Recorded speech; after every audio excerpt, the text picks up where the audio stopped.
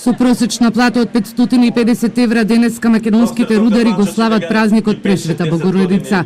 Околу 10.000 вработени од над 100 македонски рудници денеска добија признание од своите работодавци.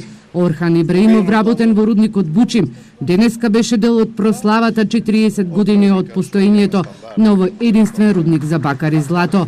Задоволен од платата, но и од условите, сепак смета дека рударската професија е една од најтешките. Па нешто тешко, нешто убаво.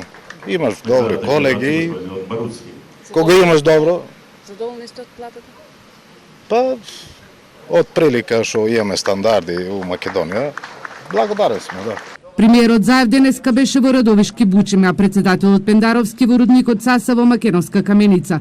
И двајцата забележа дека оваа професија е една од најтешките, но и придонесува за економски развој на општините во кои што екзистираат овие рудници. Овој рудник веќе 40 години со својата работа придонесува во локалниот економски развој во југоисточниот дел на нашата земја и се уште представува единствениот рудник за ископ на злато и бакар. Една од најуспешните компании во нашата земја, која е специфична по многу што.